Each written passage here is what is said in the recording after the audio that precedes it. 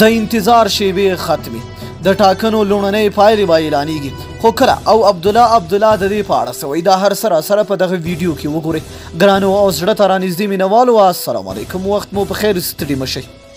د افغانستان ټاکنو خپلواک کمیسیون وایي چې په 7 ولایتونو کې د رایو بیا شمیرنې بهیر له بشپړېدو پرته چې اعتراض کوونکي د بیا شمیرنې مخه نیولې د ولسمشرۍ ټاکنو لومړنۍ پایلې اعلانوي کمیسیون چارواکي وایي د رایو له بیا شمیرنو څېړنو او حقوقي بحثونو وروسته دې پایلې ته رسېدلي چې د خلکو انتظار نور پای ته ورسوي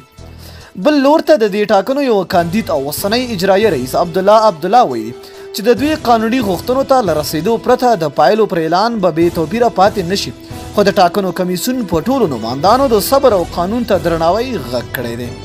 په ورته وخت کې د ټاکنیزو شکایتونو کمیسیون وایي د 3000 جنجالي رایو په اړه د دریځونو ارزونه یې پیل کړې ده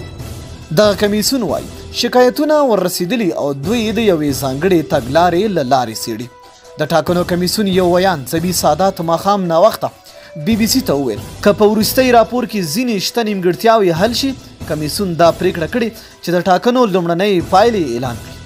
اوس به دارالانشا هغه راپور بیرته بشپړوي چې لږ ډېرې پوښتنې به کوي له هغې وروسته به د ټاکنو کمیسیون د هغې په اړه خپله پریکړه او تطبیقات کوي که دوی وکولی شي چې نن دارالانشا خپل وروستی راپور بشپړ کړي او رهبري هم پریکړه وکړي نو که خدای کول سبا به لومړنۍ پایلې اعلان شي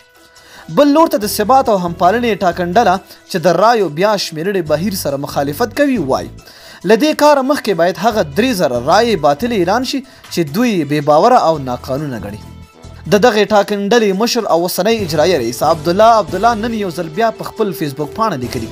چې که د ټاکنو کمیسیون د انتخاباتي ټکټونو قانوني غوښتنو ته له رسېدا پرته لومړنۍ پایلې اعلان کړي د کمیسیون اعلان به ونه مني ده ویلي چې د داسې اعلان پر وړاندې به بې توپیره هم پاتې نشي د رایو په اړه د بېلابېلو ټیمونو له بېلابېلو دریځونو وروسته له 8000 څخه د ډېرو محلونو رایو بیا شمیرنه او څېړنه له 15 ورځنۍ ځنډ وروسته د لړم میاشتې په 26مه پیل شوه دا بهیر په 20 ولایتونو کې بشپړ شوی خو په 7 نور ولایتونو کې اعتراض کوونکو مخه نیولې ده نو دوستانو ستاسو په نظر څوک ګټونکی دی لاندې په کمنټ کې موږ سره د هغه نوم شریک کړئ تر بیا بلې ویډیو د الله په امان